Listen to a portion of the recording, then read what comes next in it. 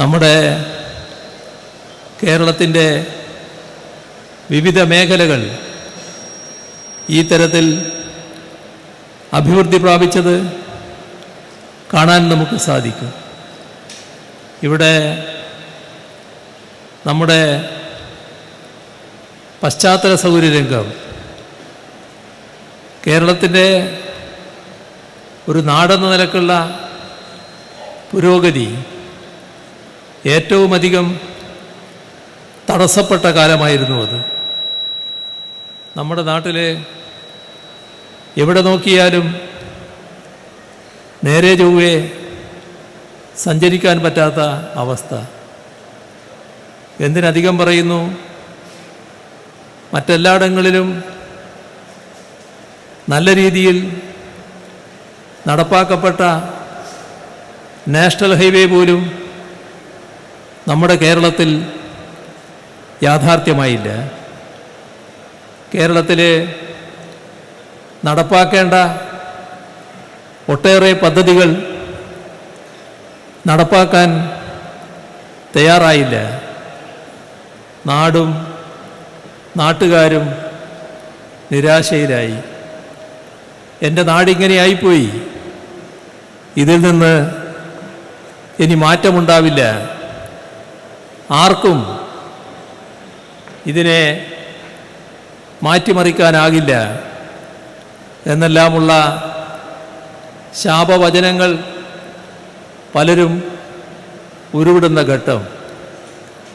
അപ്പോഴാണ് LDF ഇതിനെല്ലാം മാറ്റമുണ്ടാക്കും എന്ന വാഗ്ദാനം ജനങ്ങൾക്ക് മുന്നിൽ സമർപ്പിച്ചത്. 2016 അധികാരത്തിൽ വന്ന LDF സർക്കാർ കാണുന്ന കാഴ്ച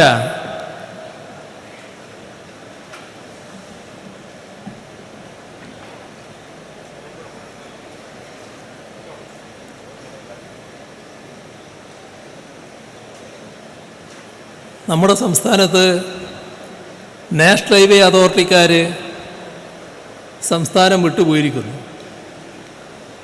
അപ്പോൾ കാരണം പരിശോധിച്ചപ്പോൾ നാഷണൽ ഹൈവേ അതോറിറ്റിയുടെ വികസനത്തിന് വേണ്ടി പല ശ്രമങ്ങൾ സർക്കാരിൻ്റെ ഉന്നതരുമായി ബന്ധപ്പെട്ടവർ നടത്തിയതാണ്. അക്കാര്യത്തിലൊരു പുരോഗതിയും ഉണ്ടായില്ല. നമുക്കെല്ലാം ഓർമ്മയുള്ള കാര്യമാണ് അതുമായി ബന്ധപ്പെട്ട് ഉയർന്നു വന്ന അനാവശ്യമായ ഒട്ടേറെ തർക്കങ്ങൾ. സാധാരണ നിലയിൽ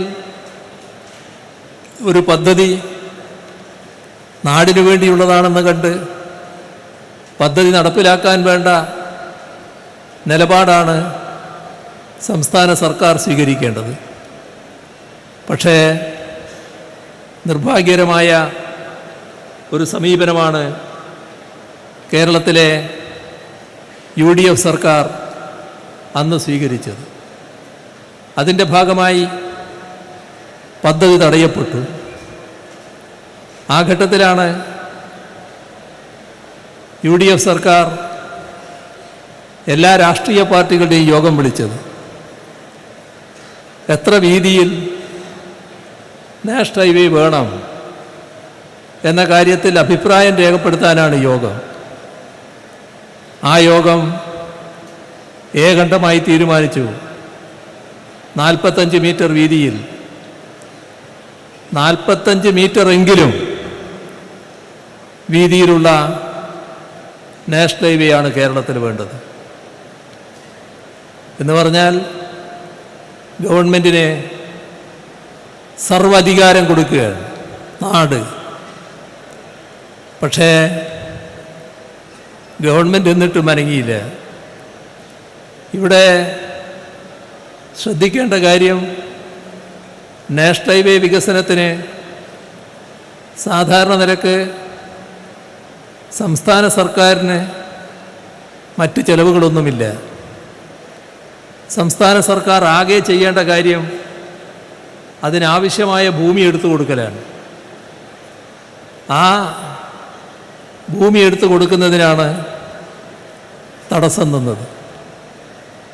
നമ്മുടെ കേരളത്തിൻ്റെ നാഷണൽ ഹൈവേ വികസനം പൂർണ്ണമായി തടയപ്പെട്ടു. കൂടെ ഇരിക്കുന്ന ചിലർ ഭൂമി എടുക്കാൻ പാടില്ല എന്ന് പറഞ്ഞപ്പോൾ അതിൻ്റെ കൂടെ നിൽക്കുന്ന ഒരു സർക്കാരായത് മാറി.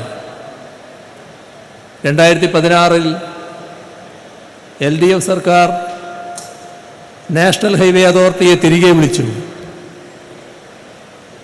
നാഷണൽ ഹൈവേയുടെ പ്രവൃത്തി ആരംഭിക്കുന്നതിനെക്കുറിച്ചുള്ള ആലോചനയിലേക്ക് കടന്നു. അപ്പോൾ നാഷണൽ ഹൈവേ അതോറിറ്റി പറഞ്ഞു, കേരളത്തിലെ വലിയ വിലയാണ് ഭൂമിക്ക്, ഞങ്ങൾക്ക് അത്രയും വില കൊടുത്ത് ഭൂമി എടുക്കാൻ പറ്റില്ല, സംസ്ഥാന സർക്കാർ എടുത്തു തരണം. തർക്കമായി. എന്താ കാര്യം? രാജ്യത്തെവിടെയും സംസ്ഥാന സർക്കാർ നാഷണൽ ഹൈവേക്ക് ഭൂമിയെടുക്കാൻ വേണ്ടി ചില്ലിക്കാശ് ചെലവിട്ടിയ അനുഭവമില്ല. അതുകൊണ്ട് തന്നെ അത് ന്യായമല്ല എന്ന നിലപാട് നമ്മൾ സ്വീകരിച്ചു. വലിയ തർക്കമായി. പക്ഷേ നാം ഒരു ഗതികേടിലായിരുന്നു. ആ ഗതികേട് മറ്റൊന്നുമല്ല, മറ്റെല്ലായിടങ്ങളിലും നാഷണൽ ഹൈവേ യാഥാർത്ഥ്യമായി നല്ല റോഡുകൾ, നമുക്ക് മാത്രം ഗ്രാമീണ റോഡിനേക്കാളും മോശമായ നാഷണൽ ഹൈവേ. ഈ സ്ഥലമേറ്റെടുത്ത് കൊടുക്കാത്തതിൻ്റെ ഭാഗമായി കൂടുതൽ പണം ചെലവിടാൻ നാഷണൽ ഹൈവേ തയ്യാറുമില്ല. അങ്ങനെയൊരു സാഹചര്യം. അപ്പോൾ നമ്മുടെ നാടിൻ്റെ ഗതാഗത സൗകര്യത്തിനും പൊതുവായ വികസനത്തിനും നാഷണൽ ഹൈവേ വികസിക്കേണ്ടത് ഒഴിച്ചുകൂടാത്ത ആവശ്യമായിരുന്നു. അത് വെച്ചുകൊണ്ട് നാം ഒരു ഗതികെട്ട സമീപനത്തിലെത്തി. അവരുടെ ചില വ്യവസ്ഥകൾക്ക് നാം വിധേയരാകേണ്ടി വന്നു. അവസാനം ഒത്തുതീർപ്പ് ചർച്ചയിൽ സംസ്ഥാനത്തിന് ഏറ്റെടുക്കുന്ന ഭൂമിയുടെ വിലയിൽ 25% വഹിക്കേണ്ടതായി വന്നു. അതിനു മുൻപ് ഒരിടത്തും അതുണ്ടായിട്ടില്ല. അതിന് ശേഷവും ഒരിടത്തും അതുണ്ടായിട്ടില്ല. നമ്മൾ മാത്രം ഇതിൻ്റെ ഭാഗമായി 5600 കോടി രൂപ നാഷണൽ ഹൈവേക്ക് നൽകേണ്ടതായി വന്നു. ഇത് UDF സർക്കാർ കാണിച്ച കെടുകാര്യസ്ഥയുടെ ഭാഗമായി നമുക്കുണ്ടായ പിഴയാണ് എന്നതാണ് യഥാർത്ഥ വസ്തുത. നമ്മുടെ സംസ്ഥാനം ആ 25% വഹിച്ചപ്പോൾ ഭൂമി ഏറ്റെടുക്കലുമായി ബന്ധപ്പെട്ട കാര്യങ്ങൾ നീങ്ങി. ഇപ്പോൾ കേരളത്തിലാകെ നാഷണൽ ഹൈവേയുടെ വികസനം നല്ല നിലയിൽ നടക്കുകയാണ്. അപ്പോഴാണ് ഈ മഴക്കാലത്തുണ്ടായ ചില പ്രശ്നങ്ങൾ നാഷണൽ ഹൈവേയുടെ നിർമ്മാണവുമായി ബന്ധപ്പെട്ടുണ്ടായത്. ഉടനെ അത് സംസ്ഥാന സർക്കാരിൻ്റെ എന്തോ വീഴ്ചയാണ് എന്ന് സ്ഥാപിക്കാനുള്ള ശ്രമം നടന്നു. ആ ശ്രമം കേരളത്തിലെ LDFനെ എതിർക്കുന്ന രണ്ടു കൂട്ടരും UDFും BJPയുടെ ചില ആളുകളും ഒരേപോലെ നടത്തുന്നതായി നാം കാണുന്നുണ്ട്. എത്ര പരിഹാസ്യമായ നിലയാണെന്ന് നോക്കണം.